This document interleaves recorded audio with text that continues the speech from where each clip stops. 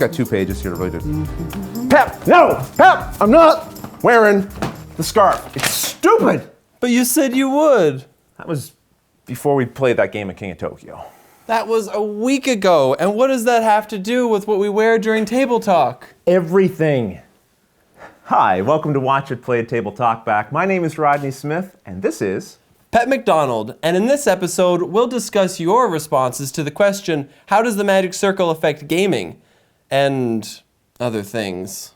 Christian Johansson writes, for me, the magic circle is also about the fact that games create this magic world where things that previously were not important become very important. Suddenly, collecting these tiny wood tokens becomes highly desirable, whereas they are meaningless outside of the game context.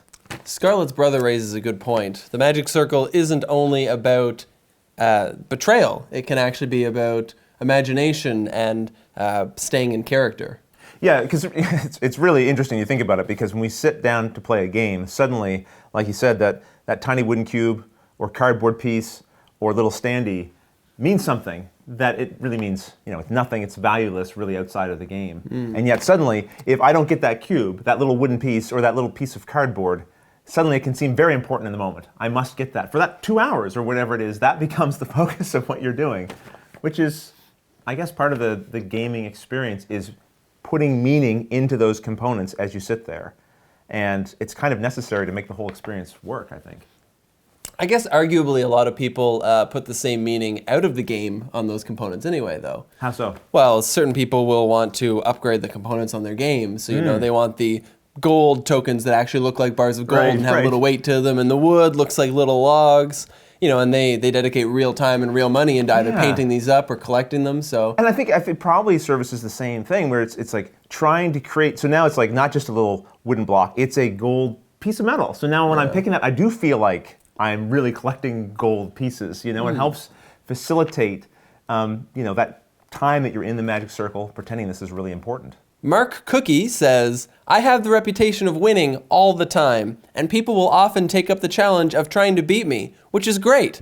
But others don't care if they don't win, as long as they stop me from winning, which I think can spoil a person's enjoyment of a game and then spill into personal lives. I kind of like this one because I thought you might be able to relate to it a little bit, because you've probably gotten the reputation in our game group of being someone who picks up a game pretty quickly and can often win, even like the first time playing a game, right?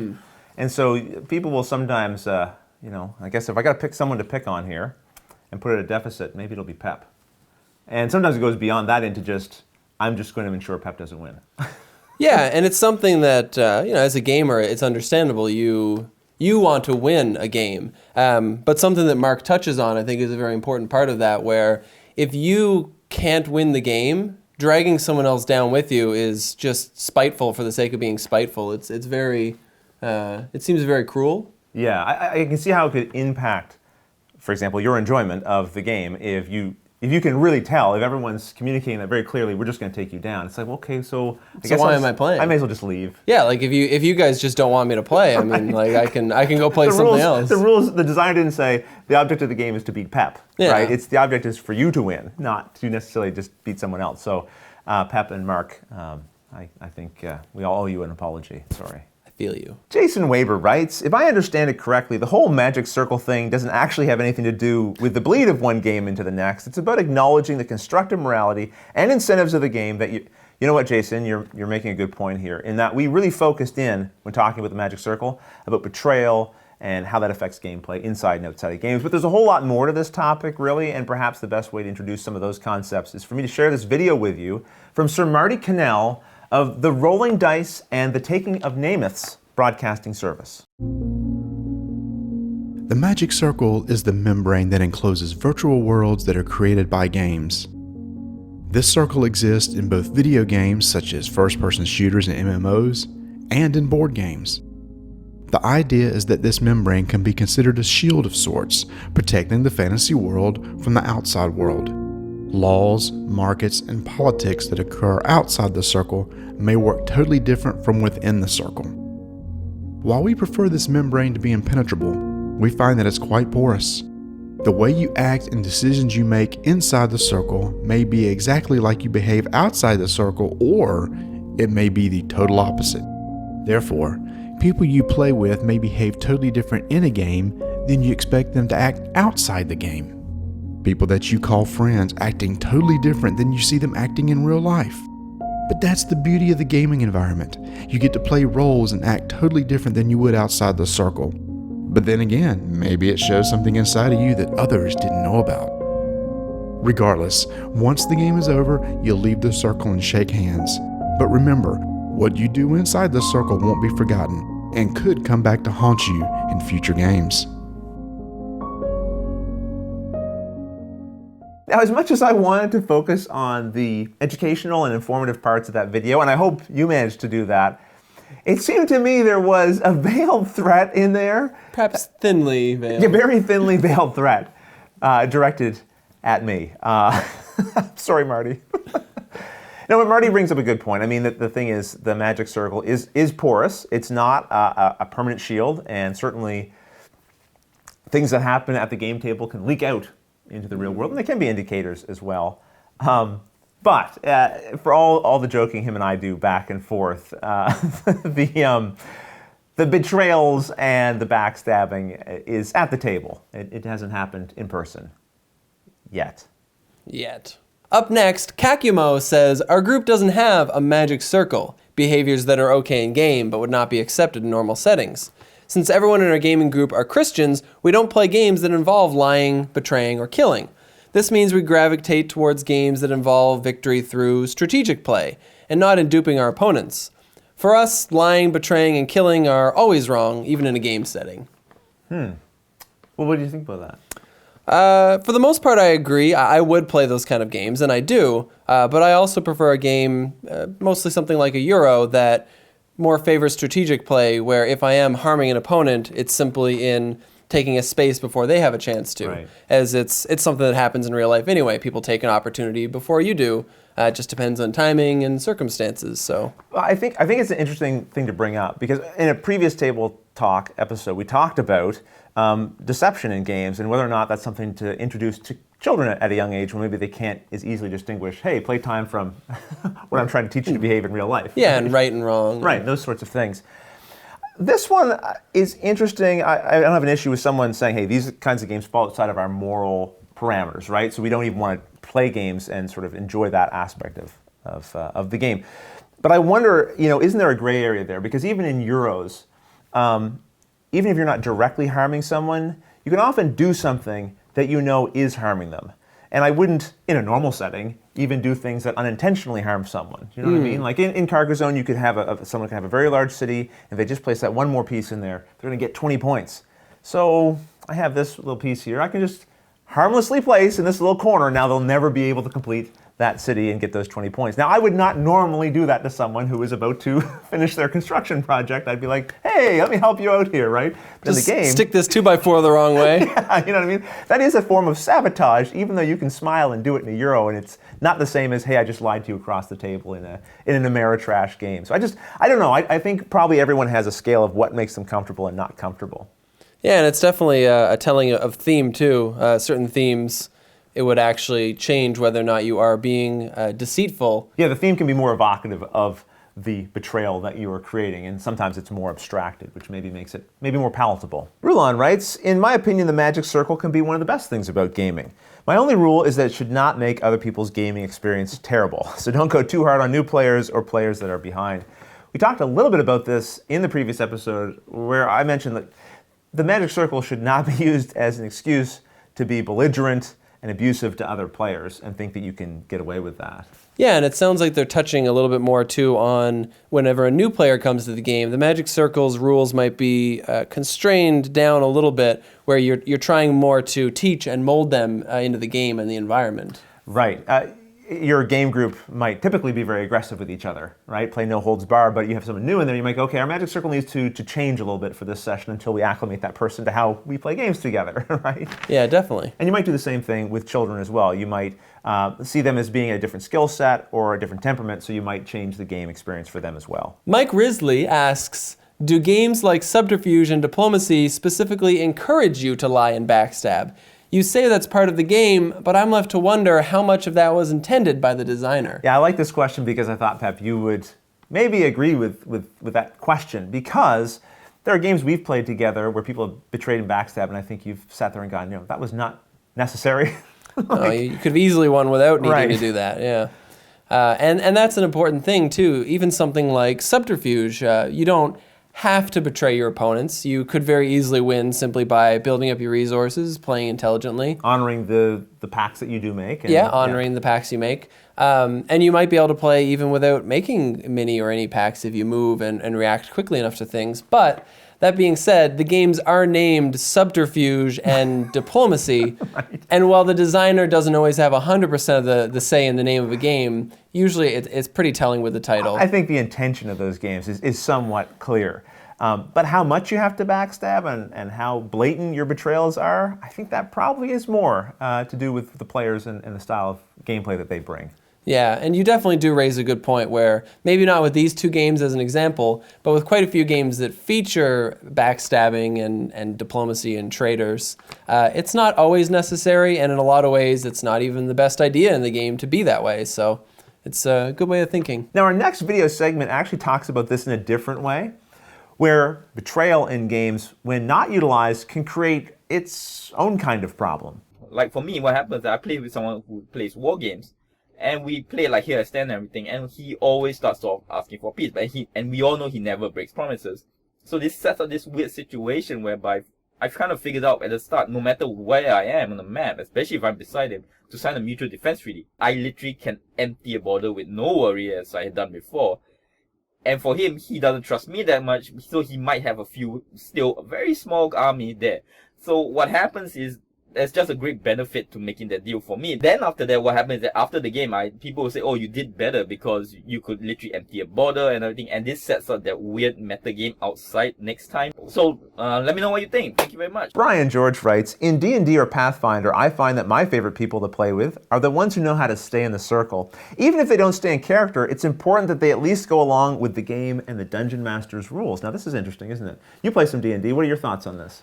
Boy, this is a good topic, George. Near and dear to your heart, isn't it? Near and dear to my heart. And I think, to me, everything you said is right. And the most important part is that something doesn't detract from the game and stop the game and bring it to a halt. Like a rules question or something. Yeah, so for me, if somebody asks a rules question, I would tell them, this is what we're going to do now.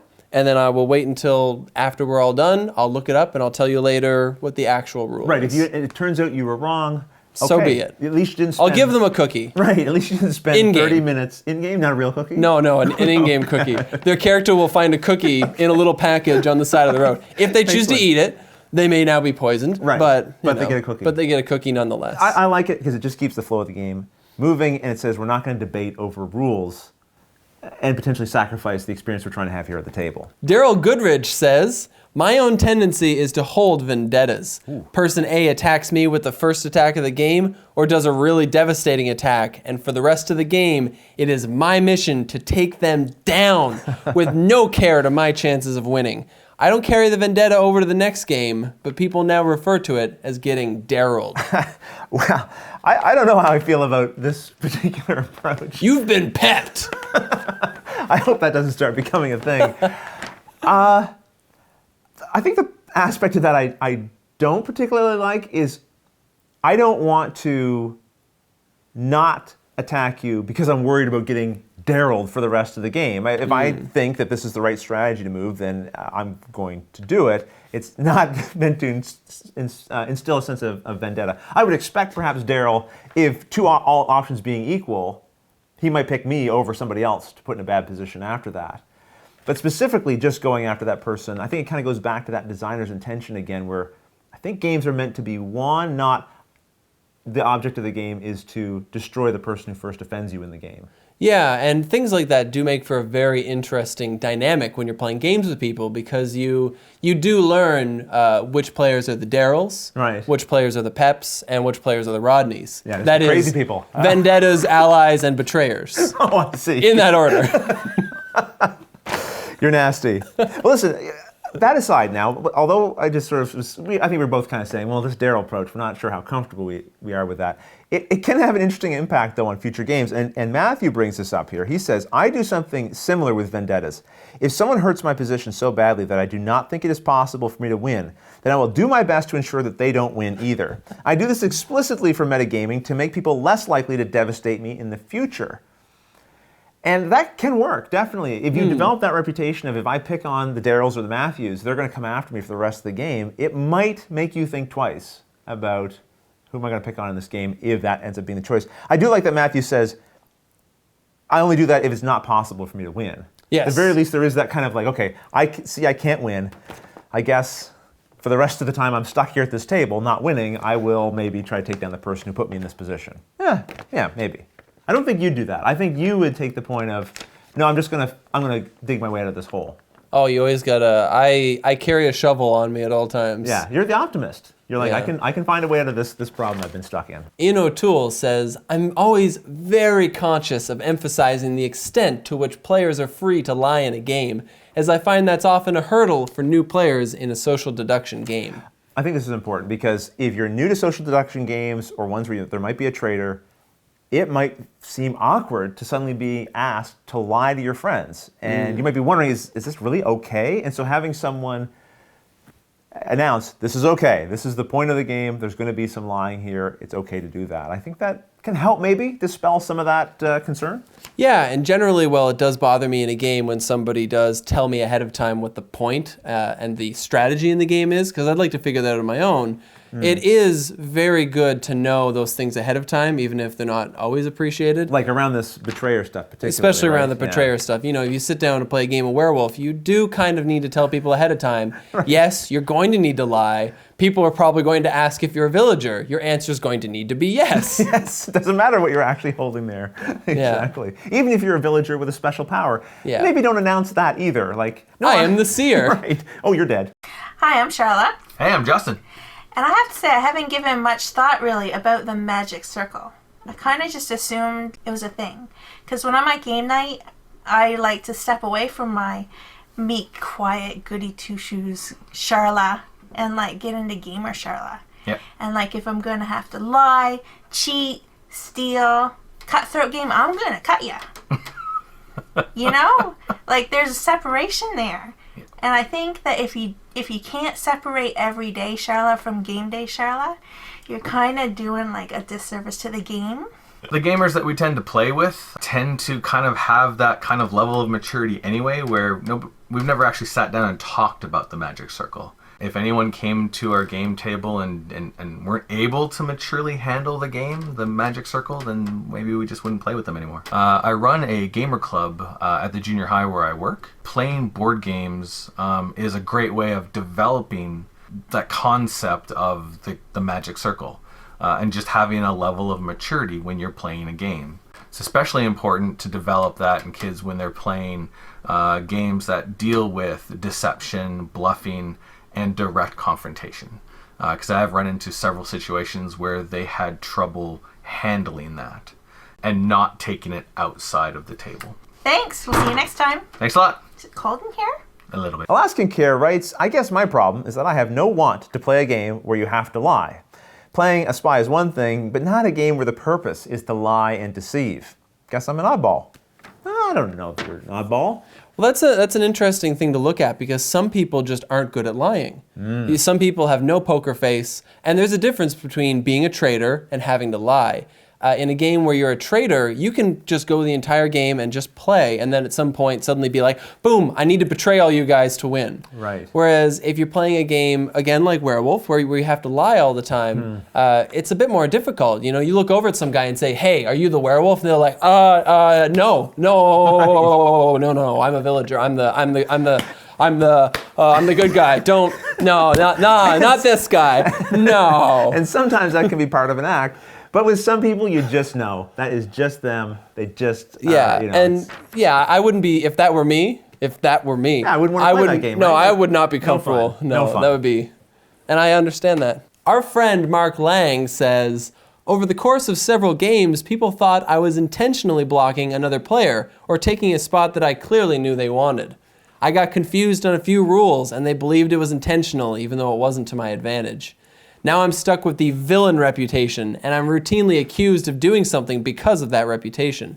The bad part was, I wasn't even winning. I love gaming, and since I still wanted to play, I just embraced the perception and play the villain role. But it's certainly not the reputation I wanted. Yeah, I like this one because although, admittedly, I certainly have betrayed people in games quite intentionally, there have been times at the gaming table where it's been very inadvertent, perhaps due to bad planning on my part or just not seeing all the different options. I've made a move which has then really hurt another player. And I know because they start reacting immediately like, Rodney, you monster! Yeah, exactly. And then they take it very personally. They think, how could he have missed that? He must have known what he was doing there, right? And so then you can get that reputation of being betrayed sometimes unexpectedly. And I feel bad for you, Mark, here, because it doesn't sound like you're intentionally trying to do that. But maybe now you've got a reputation you can't easily shake. Yeah, and it's really hard when you get a new game that involves a traitor, and you end up as the traitor during the first game. People are always going to kind of, they're going to remember. They're going to keep an eye on you, especially if you get it like 2 times in a row. Gosh, yeah. You're done. You are officially the traitor of the group, and you're always going to have people just watching you. There was conventions I was attending, and every time I played a game with a traitor, oh, Dead of Winter, I'm the traitor. Oh, whatever game next. Werewolf, you're the werewolf. It just is happening over Watch and it over betrayed. again. Yeah, and so it became this kind of joke, and at some point it's kind of, the joke's funny, but then it also can be detrimental to your game when you're playing. When you finally aren't the traitor and people are like, yeah, let's throw him under the bus. He's probably the bad guy. Exactly. Well, listen, those were a bunch of different comments. There's many more that we didn't get to. Go back to the Table Talk episode, look at some of the comments, and if you want, post some new ones here in the comments below if you have some thoughts about what we said here or some other aspects to the idea of the magic circle. But until the next episode, thanks for watching. No, I won't wear it. Safe word. No, I won't wear it. Stupid. And we're here to discuss your responses to the topic, what did game infect into the tabletop?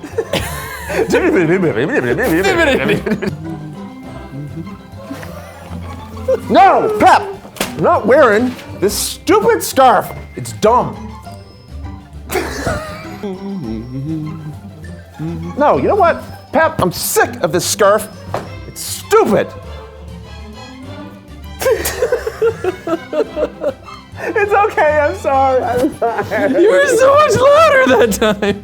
How does the magic circle affect gaming? Let's and other things?